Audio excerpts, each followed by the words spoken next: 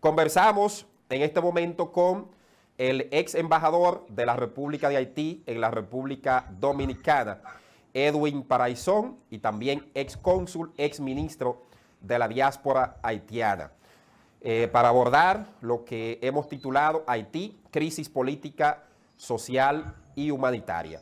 Bienvenidos, embajador Edwin Paraisón, a Dímelo Noticias. Muchísimas gracias, querido amigo Valgavila. Un placer siempre estar en el programa. Gracias a usted por aceptar nuestra invitación. Edwin, ¿cuál es el origen o la clave de esta crisis que se agudiza tras el asesinato del presidente Jovenel Moïse?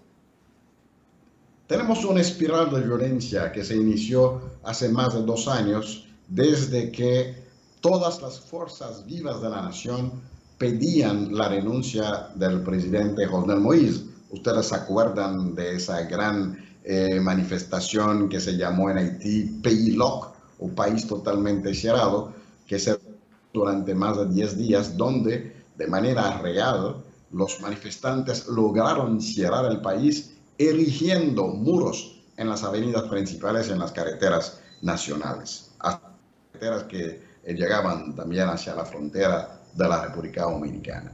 Desde pues hace 2 años hasta la fecha estamos contando los muertos que lamentablemente pues venían del lado de la sociedad civil, del lado del sector profesional. ¿Cómo no recordar hoy una persona, un abogado, presidente del Colegio de Abogados de Montferrier d'Orval? ¿Cómo no recordar hoy ese doble asesinato del joven periodista Diego Charles de Radio Victorine y de la militante feminista que se llamaba Neti? Entonces, los masacres que se dieron en algunos barrios populares, en Cité Soleil, en Carrefour, en Martissan, luego los enfrentamientos entre bandas armadas, ilegalmente armadas, y algunas de esas bandas que son progubernamentales, que provocaron el desplazamiento por primera vez en la isla, porque no creo que ni siquiera en la República Dominicana hemos tenido situaciones de esa naturaleza, desplazamiento de personas por asunto de violencia. ¿Cómo está impactando esta crisis a Haití en sentido general? Bueno, te decía que esa espiral de violencia terminó también por afectar, por impactar directamente al más alto nivel de dirección del Estado, que es la presidencia. Un presidente que en los momentos de su muerte estuvo totalmente solo, aislado. Hizo 3 llamadas. Una llamada al director de la policía, una llamada al director de su seguridad del palacio, otra llamada al director de la guardia, el que coordinaba la guardia de su seguridad. Nadie pudo llegar a tiempo, nadie atendió a tiempo de manera profesional esas llamadas del presidente Jovenel Moïse en esos últimos momentos de su vida, donde esos atacantes pudieron llegar hasta su aposento y matarlo. De todas las versiones, las hipótesis que se manejan, unos dicen que los mercenarios, otro que fue su propio jefe de seguridad que lo asesinó, otros alegan que hubo participación también de la DEA. Son numerosas las teorías conspirativas, pero para Edwin Paraisón, ex cónsul, ex embajador, ex ministro de la diáspora haitiana en el país, de todas esas teorías, ¿cuáles son las que más se acercan a la posibilidad real de los motivos que llevaron a este magnicidio? Vamos a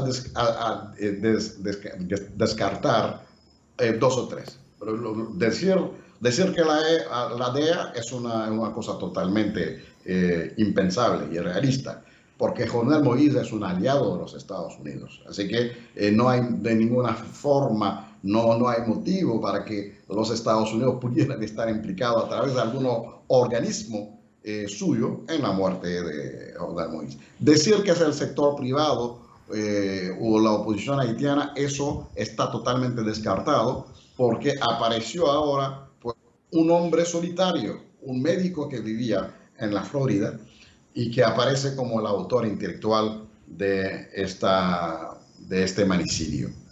¿Cuál es el problema? Para poder quizás tener algunas hipótesis más cercanas a la verdad, Varga, es que un hecho de esa naturaleza no estaba, no estaba previsto en nuestro escenario político. Nadie podría pensar que en el 2021 podríamos estar matando a presidente en nuestro país. Por eso se le pide a la policía de ser más transparente en la información que están dando a conocer.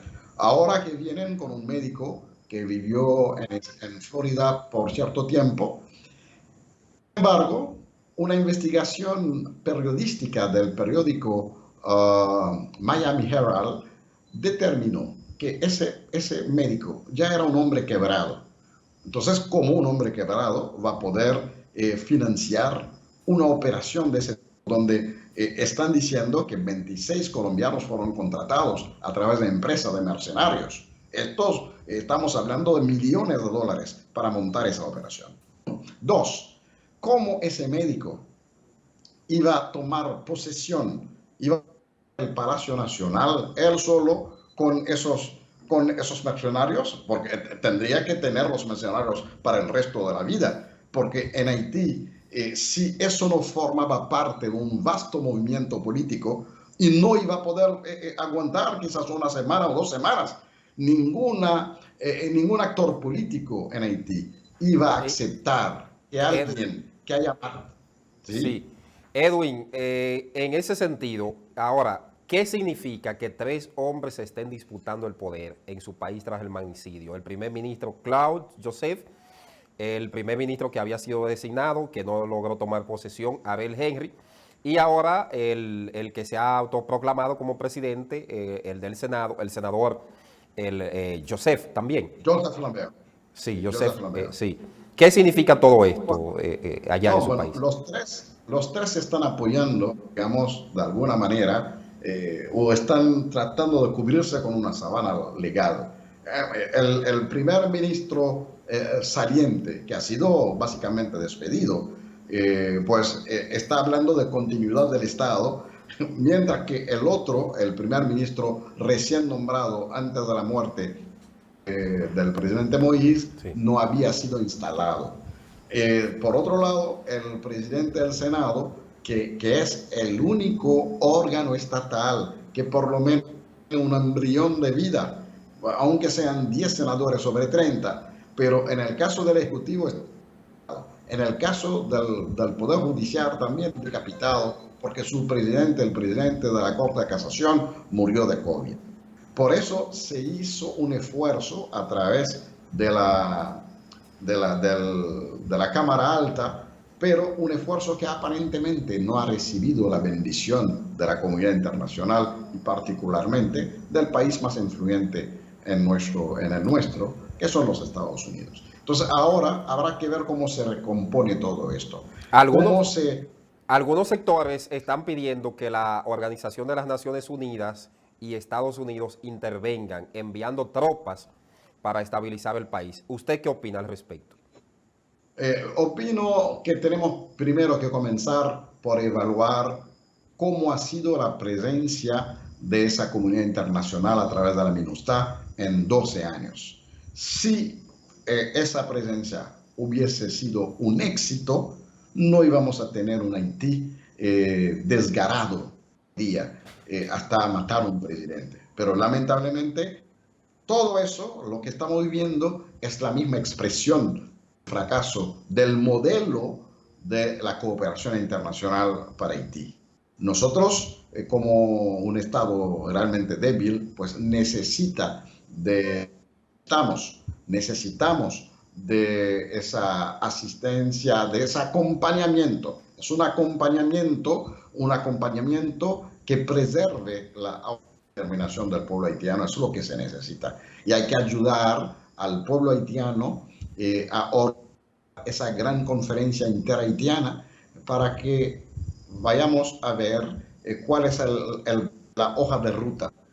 primero para manejar lo inmediato, la cuestión de las elecciones, organizar rápidamente el gobierno, el Consejo Electoral Provisional. Y ¿Usted es luego, partidario de que se mantenga el llamado a elecciones el 26 de septiembre de este año?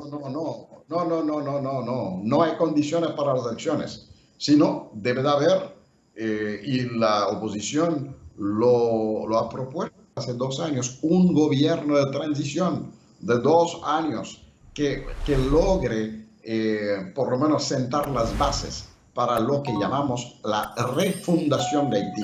Y ahí, pues, necesitaríamos siempre del apoyo de la comunidad internacional. Finalmente, finalmente, Edwin Paraisón, ex embajador, ex cónsul de Haití en República Dominicana, ¿cuál es la solución que desde su óptica podría tener la severa crisis política, social y económica que golpea a su nación? ¿Cuál es el futuro de Haití que usted le ve en este momento? No, todo tiene que comenzar esa conferencia, por esa cumbre interhaitiana, que los haitianos asumimos nuestros errores. Junto a la comunidad internacional, miremos ahora cómo provocar esa reconstrucción, esa refundación del Estado. Esto todavía creo en el país, creo en un futuro promisorio, pero eso va a depender de cómo manejamos ahora el post-homicidio.